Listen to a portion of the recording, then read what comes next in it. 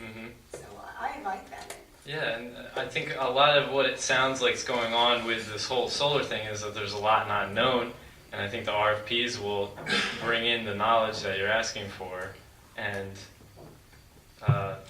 another thing would be, I mean, Mr. Palmer just came up here and said that they had a project done in 6 months, and I have here a Courier Post article from May 20th of 2008, and Mr. Bianchini, you're listed here saying, well, this isn't a quote, but it says there is no official deadline, but Bianchini said he hopes to present the Township Council with a more concrete plan by June 2nd. So that's already been a year, so we could have already been generating money at this point, and that would have been helping a lot of people. So, from what I understand, the GEMS landfill is a place unfit for man or beast. It will take some thousands of years for the chemicals that are dangerous at that site to break down, and at that time we'll all be dead and buried. So it raises a question, what will be our legacy, and what will this council's legacy be? So I ask you now, can you make a commitment at this time to put out an RFP? Is there a way that you could, say right now this council is committed by the next council meeting to put out an RFP on this issue? You're asking me if we can make by the next meeting. I can't make that commitment because we have to figure out what goes in the RFP and the whole process goes on. So.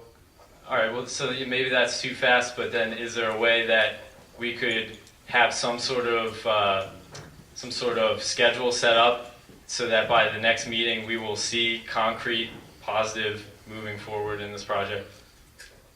We'll look at it. Well, I'd also like to actually kind of poll the council and see how many of the council members here would be willing to put out an RFP. And so, Mr. Hutchison, would you be willing to put out, if this were a fake vote, would you put out an RFP on this project? I like you. Yeah, a practice vote. Mr. President, may I just express some thoughts that I have on this?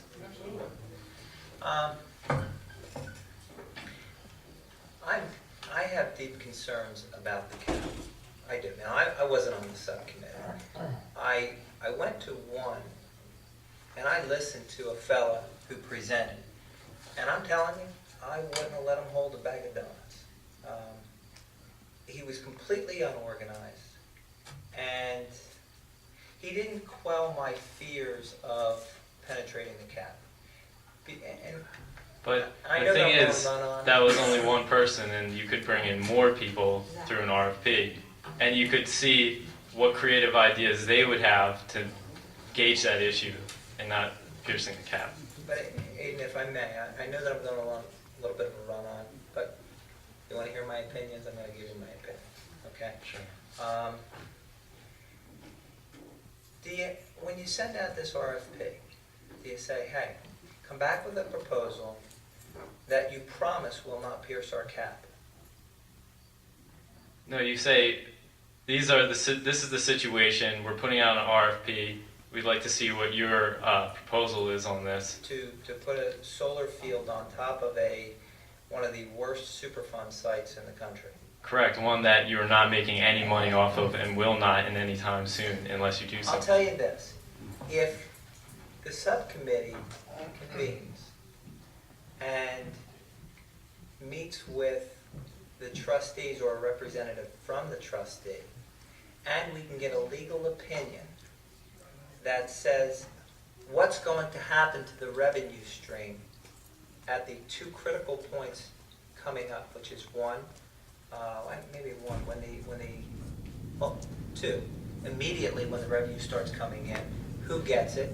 Does it go to the insurance companies to reimburse them for their expenses? And then two, when the state comes in and takes over, what happens to the revenue then? Do they get it to offset their expenses? The only thing is, I don't think that is the issue at this moment. I think that can be figured out afterwards, after you look at proposals. But if we have a truly